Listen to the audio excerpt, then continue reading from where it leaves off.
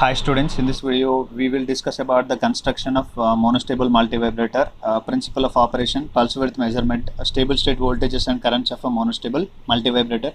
So as we know, monostable multivibrator will have only one stable state and one quasi-stable state, one stable state and one quasi-stable state. So whenever we are applying an external triggering, so it will be changing from stable state to quasi-stable state. Quasi-stable state is also called as a temporary stable state. It is a temporary state. When we are applying an external triggering signal, it will be changing from stable state to quasi-stable state. After a short time duration, again it will be going to the stable state. So monostable multivibrator is also called as one-shot multivibrator, and it is also called as delay multivibrator. So we will discuss about the construction of monostable multivibrator. The monostable multivibrator can be designed with two identical NPN transistors. Let us consider two identical NPN transistors Q1 and Q2. Now these two transistors are cross coupled with the help of coupling elements. The coupling elements we are using is capacitor, one capacitor and one resistor. One capacitor coupling is called as AC coupling and resistor coupling is called as DC coupling. So let us consider the collector of the transistor Q1 is connected to the base of transistor Q2 through capacitor, and the collector of transistor Q2 is connected to the base of transistor Q1 through a resistor resistor R1. Let us take now. This is called cross coupled connection. This is AC coupling, and this one is called DC coupling. The collector terminals, the transistor Q1 terminals C1, B1 and the emitter, and the terminals here is here. Now we will take the collector resistances, two identical collector resistors, and supply voltage is VCC. Let us take the supply voltage is VCC here. Now the stable state related to the monostable multivibrator is one of the transistors will be on, other transistors should be off. So let us take Q1 off and Q2 on. So to make it Q1 off, so we should apply a DC bias voltage, a negative DC bias voltage, minus negative voltage is applied to the base of transistor Q1, so that the transistor Q1 becomes off. So when we want to make it on, we need to give an external triggering. The external triggering pulse is applied here to the base, so that let us take this is capacitor is C2, and we will take one more capacitor here, that is called commutating capacitor. Commutating capacitors are used in parallel with the resistors, so to reduce the transition time to fast and rise rise and fall times, and they will reduce the effect of stray capacitances. So these are connected generally in parallel with the resistors. These are called shunting capacitors or commutating capacitors. They will used for speed of operation. The order of these capacitors in the order of picofarads. They are in the order of tens or hundreds of picofarads here. Now this transistor Q1 will be off until we apply an external triggering pulse because of this negative voltage minus VBB applied to the base of this transistor. And we will take one more resistor here. This resistor is directly connected to the VCC and base of transistor Q2. Now this is a positive voltage. Positive voltage is given to the NPN transistor. This is NPN. So positive voltage is given to the P type, so the transistor Q2 becomes on. The transistor Q1 is off because of this negative voltage. Transistor Q2 is on because of this VCC directly connected through the base of transistor Q2. So the transistor Q2 becomes on because of this positive voltage is directly given to the base of this transistor Q2. This is a stable state of monostable multivibrator. So when we apply an external triggering, so the state will be changes that we will discuss here. So the operation of monostable multivibrator. The operation of monostable multivibrator. So earlier minus VBB is directly connected to the transistor Q1, then the transistor Q1 is in cutoff region, and VCC is directly connected to the transistor Q2 through resistor R. So that is directly connected to the base, that is positive. Positive is given to the P type, means the transistor Q2 will enter into the saturation region, and this will be considered as off transistor, and this is on transistor. Now the transistor Q1 is in cutoff region and the transistor Q2 is in saturation region. So whenever this is in saturation region, the voltages are considered as VCE saturation and VBE saturation voltages. So for a silicon transistor, for example, you take a silicon transistor, VBE sat value is equal to, the saturation voltage is equal to 0.7 volts, and VCE saturation voltage is around approximately 0.3 volts. These are the saturation voltages for base emitter and collector emitter voltages. Now if you see, the potential at this point is VB2. When this particular transistor is in saturation, and it is considered as VBE2 or VBE saturation voltage. So whenever this transistor Q2 is in saturation region or on, the VB2 voltage is considered as VBE2 or VBE saturation, which is equal to 0.7 volts for a silicon transistor. So here the transistor Q1 is off. Q1 is off means the base current is 0 and the collector current is 0 here. Now when this will happen here, now how the capacitor charges here? The capacitor will be charging through the path RC, VCC, capacitor C. So the capacitor will be charging through this path VCC, RC, C, capacitor VBE2. Now capacitor will be accumulating the charge carriers on its plates. So whenever it is accumulating the maximum charge carriers, it is acting like a blocking capacitor, and there is no further flow of carriers. The voltage across the capacitor is considered as VC. The positive carriers are accumulated here. Now whenever it is accumulating maximum charge carriers on its plates, there is no further flow of carriers, so therefore the current through this will be equal to 0. So when the current through this will be equal to 0, when we apply the KVL to this loop, what is the equation we are getting here is VCC minus the capacitor voltage is VC, and the voltage across this point is VB2 or VBE2, because this transistor Q2 is in on state, and on state voltage is VBE2 minus VBE2 is equal to 0. So therefore the capacitor voltage is equal to VCC minus VBE2. This is the maximum voltage up to which the capacitor is charging, and it is equal to VCC minus VBE2. So the capacitor will be charging to the value of VCC minus VBE2. This is the voltage. Now whenever we want to change the state, the actual state is Q1 is off and Q2 is on. This is the permanent state or a permanent stable state. Whenever we want to change the state, we need to apply an external triggering to the base of transistor Q1. So this transistor is already in off state. To make it on, we need to apply the positive triggering pulse. So when we apply the positive triggering pulse here, for a sudden changes, this capacitor C2 becomes acts as a short circuit, because capacitor does not allow sudden changes, so that the capacitor will be considered as short circuit. When it is short circuited, the voltage, triggering voltage, is directly applied to the base of transistor Q1. So when we apply the triggering voltage, the base voltage will be increases. When base voltage increases, base current will also increases. When base current increases, the collector current of the transistor Q1 is also increases, because IC1 is equal to beta times of IB1. It is also increases. So this therefore the transistor Q1 enter into the saturation region, and it is considered as on switch.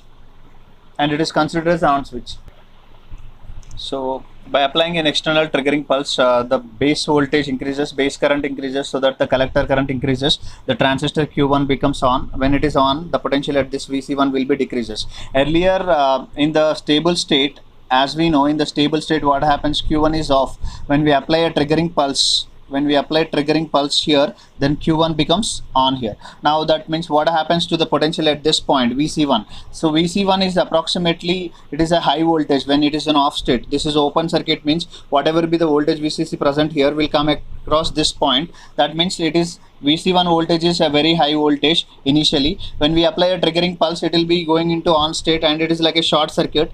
The voltage will be a low voltage. It is equal to VC sat. It will have a transition from high to low. Now whenever we are applying a triggering pulse, earlier the Q2 is in on state. Now it becomes, by applying the triggering pulse here, the Q2 becomes off. So Q2, how it will be off, we will discuss. Q2 is on, and when we apply the triggering pulse, it becomes off, means earlier it is on, means it is low voltage level. Now it becomes Q2 becomes off, means it is open circuited. Whatever be the VCC which is there, we will get the maximum voltage here, high voltage level. Now this is having a transition from low to high. The outputs we can take across VC1 or across the capacitor, across the a collector of the transistor Q1 or across the collector of the transistor Q2. So there is a transition from high to low for Vc1 and for a transition of low to high for Vc2. So in quasi-stable state, that is a temporary state, the transistor Q1 is on. When Q1 is on, so it is considered as a short circuit. So when it is short circuited, the equivalent circuit is like this. It is short circuited and this voltage is very less. Vc sat is very less. Approximately, ideally it is considered as a 0 volts. And the voltage across the capacitor is Vcc minus VBE2. And this is connected to the base terminal of the second transistor Q2, and the voltage at this point is VB2. Now when we apply the KVL equation here, the KVL equation is by KVL we will get the base voltage of this transistor Q2 here. So it is the current is entering into the positive terminal, means it is considered as minus of VCC minus VBE2 minus VB2 is equal to 0. Therefore VB2 is equal to minus VCC minus VBE2. As we know, the VCC in the order of 10 volts or 12 volts and VBE2 value is saturation voltage of the transistor Q2 and it is equal to 0.7. So some 10 minus 0.7, it is 9.3 volts. Minus 9.3 voltage is a very high voltage. Why? High negative voltage is applied to the base of transistor Q2. When we apply very high negative voltage to the P type, so the transistor Q2 becomes reverse biased. This particular junction is reverse biased, therefore the transistor Q2 becomes off. So this is called as the temporary state. So when Q1 is on and Q2 becomes off. Now what happens is when this particular Q1 transistor is on and Q2 is off, it is like a short circuit and it is open. Now the capacitor will have a charging path. It will be charging in reverse direction from this resistor, capacitor and through the transistor Q1. The capacitor charges in reverse direction. Capacitor charges in a reverse direction. Now it will be charging in this direction because this is the short circuit here. This is open here. Now it is a VCC, a resistor, capacitor, and this is like a short circuit. Now the capacitor will charging like this and it will be charging in a reverse direction. Initially the voltage VC of 0 is equal to the negative voltage. Negative is applied to the P type, means as we discussed, it is equal to minus of VCC minus VBE2. This much voltage is applied to the base of transistor Q2 here. So this is the initial voltage which we can consider across the capacitor when we consider this terminal as a reference VB2, and it is equal to minus of VCC minus VBE2. Now the capacitor is charging in reverse direction here, and whenever it is reaching to the value of VBE2, that is a base voltage, base emitter voltage, which is required to make this particular junction forward biased. So at that particular point, what happens is this particular transistor Q2 is again become in saturation, and it will be, this particular junction is forward biased and it is on, and this becomes off here. So what happens here is when we don't consider this case, the capacitor will charge to the peak value VC of infinity. It has to charge to the maximum value of VCC, but that will not happen at a particular time instant that VC, this volt, the capacitor voltage is reaching to the value of VBE2. At this particular point VBE2, the transistor Q2 becomes on because it is sufficient to make the base emitter junction forward biased. The sufficient voltage for silicon transistor is 0.7 volt. For germanium transistor it is 0.3 volts. So whenever it is reaching to the value of VBE2, the transistor Q2 becomes, immediately it will become on, and when Q2 becomes on, Q1 becomes automatically off.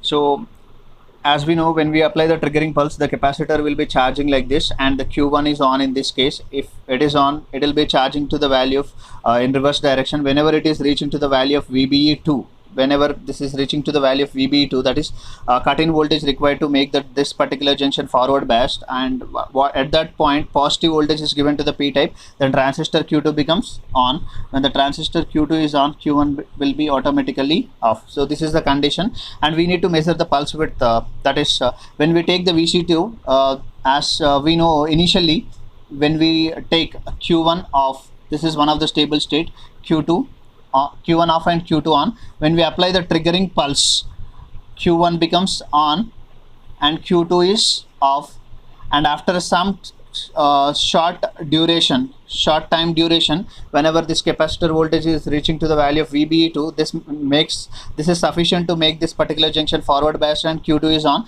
Then automatically, without applying any external triggering signal, Q1 becomes on. Q1 becomes this is actually Q1 is on, so Q1 off, and now it becomes Q1 off here. Automatically Q2 becomes on.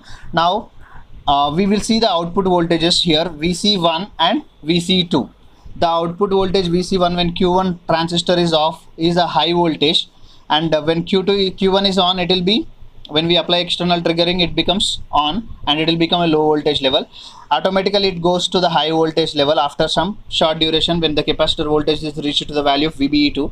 Again, if you see here, this is a transition from high to low and low to high. If you see the capacitor collector of the transistor Q2, earlier it is on, Q2 is on means it is a low voltage level because it is like a short circuit. VC sat voltage is very less, and after that what happens, Q2 becomes off when we apply the triggering, so it goes to the high voltage level, and after some short time duration it becomes again a low voltage level. Now we need to measure this pulse width. This pulse width means the time for, if you take the VC2 as a reference output voltage, if you take this as an output voltage, now the time for which it will be staying in a high voltage level, we need to measure. That is called pulse width.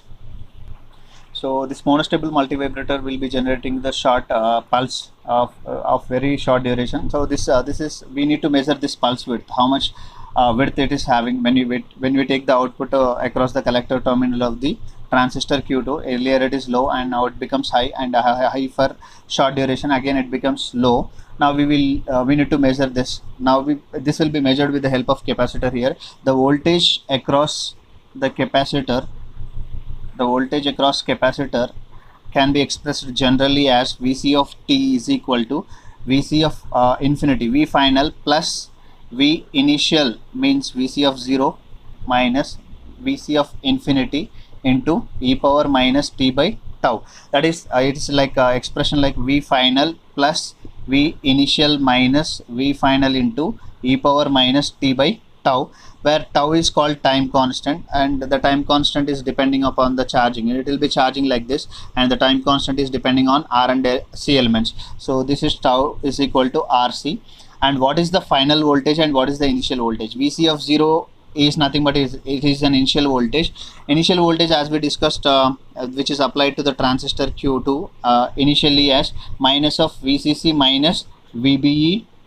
This much voltage is applied. Finally it has to reach to the value of, whenever it is charging in reverse direction, it has to reach to the value of Vc of infinity is equal to VCC. So when we substitute all these things in this, and at t is equal to this particular time instant, at t is equal to t, what is it is reaching here, the capacitor will be reaching to the value of VBE2. That condition we will substitute here. So initially we will substitute these things. Vc of infinity is equal to, Vc of infinity is final value is VCC plus Vc of 0 is initial value is this, minus of VCC minus VBE2 minus initial voltage is VCC into e power minus t by tau. Tau is RC. So at t is equal to capital T, the capacitor voltage will be reaching to the value of VBE2. This is cut-in voltage sufficient to make this transistor on. And at t is equal to capital T, the Vc of capital T value at t is equal to capital T, it is equal to VBE2. And if you substitute in the above equation, this is Vc of t is, we can consider as VBE2 VCC plus minus, when you make it this VCC minus VCC, minus into minus becomes plus VBE2 and minus VCC. In place of t we are substituting capital T, that is e power minus t by RC. That is, after some time duration, again automatically it comes from high voltage level to low voltage level. That is the voltage across the collector of the transistor Q2. Now you rearrange this equation, it is becoming VBE2 minus VCC is equal to, you take this to the left side, it becomes, now here it is VBE2 minus 2 VCC into e power minus t by RC. Now take this to the here, it is becoming e power minus t by RC is equal to VBE2 minus VCC divided by VBE2 minus 2 VCC. As we know, VBE2 is nothing but it is on voltage, on base emitter voltage of the transistor Q2, which is very less. It is nothing but a VBE saturation voltage. Now when we compare with this saturation voltage, it is very less compared with the VCC. We can take an approximation here. VBE2 or VBE sat value is less than VCC. VCC if 12 volts means this will be considered as 0.7, which is less compared with VCC. Now we can take an approximation here by neglecting this VBE2 values compared with VCC. It is approximately equal to minus VCC divided by minus 2 VCC. We are neglecting VBE2 values here, and it is equal to 1 by 2. So e power minus t by RC is approximately equal to 1 by 2. Minus t by RC is equal to ln of natural logarithm of 1 by 2, and t is equal to minus RC into ln of 1 by 2. And this value is approximately equal to 0.693 times of RC. The pulse width for the time duration for which it will be changing its state from stable to quasi-stable state is t, and it is depending on the circuit elements. The circuit elements are resistor and capacitor. So we'll select the proper values of R and C so that required pulse width can be selected here.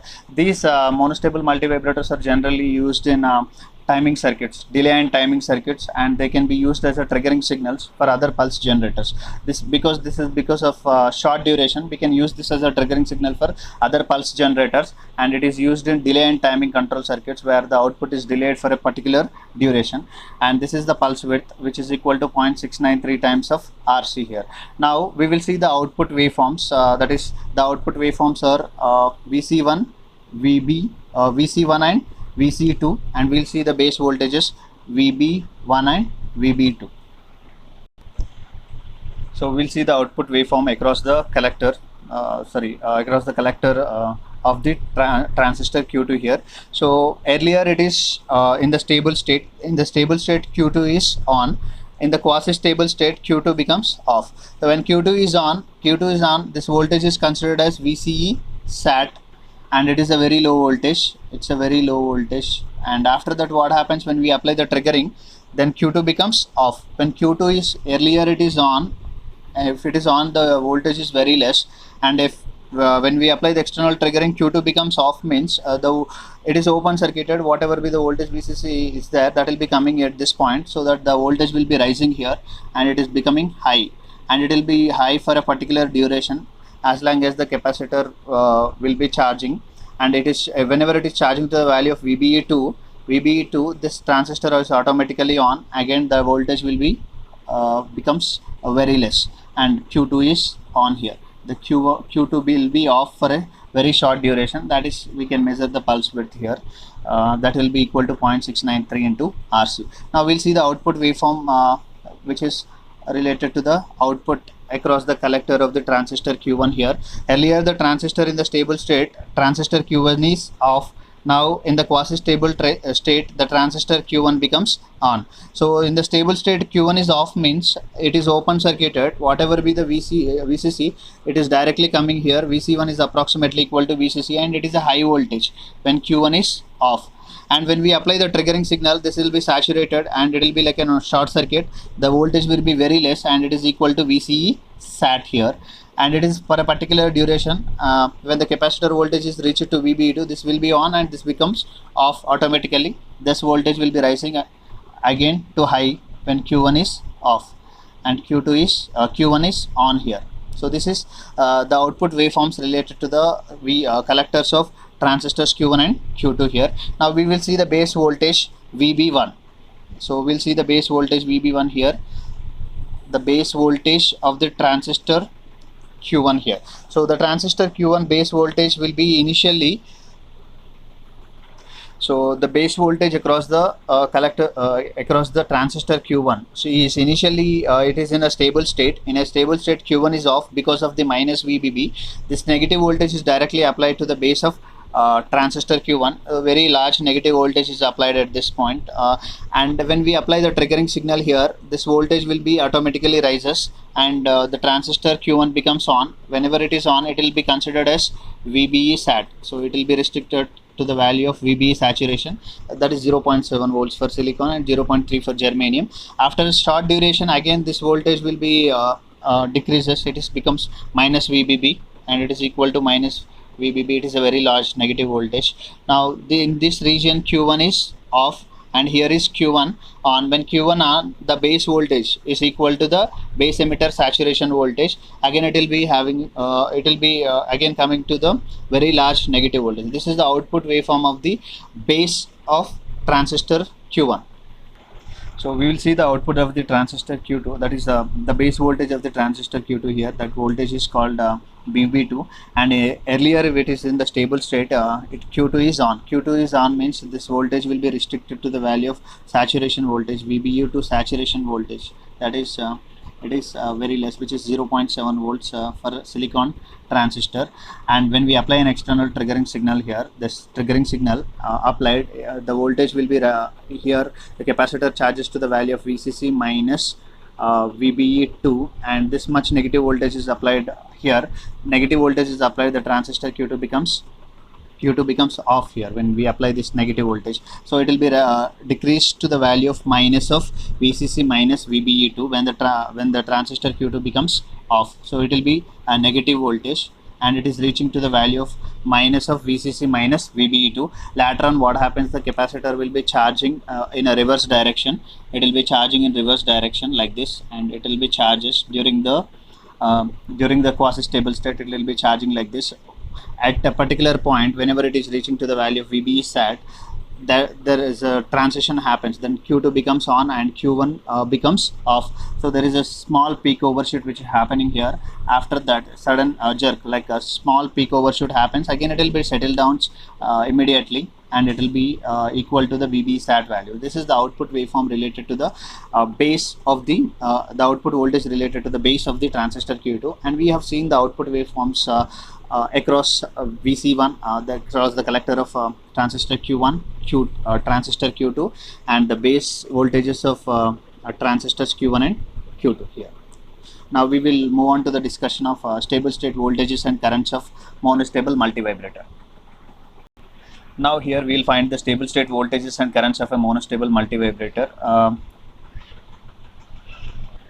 So here we will find the stable state voltages and currents of a monostable multivibrator. As we have discussed, we have selected the circuit components in such a way that the transistor Q1 is earlier it is in off state, and Q2 becomes on. This is the stable state, and we can interchange the elements. We can connect a resistor here and the capacitor here, so that the stable state becomes Q1 on and Q2 off. So it depends on the circuit elements how we are selecting here.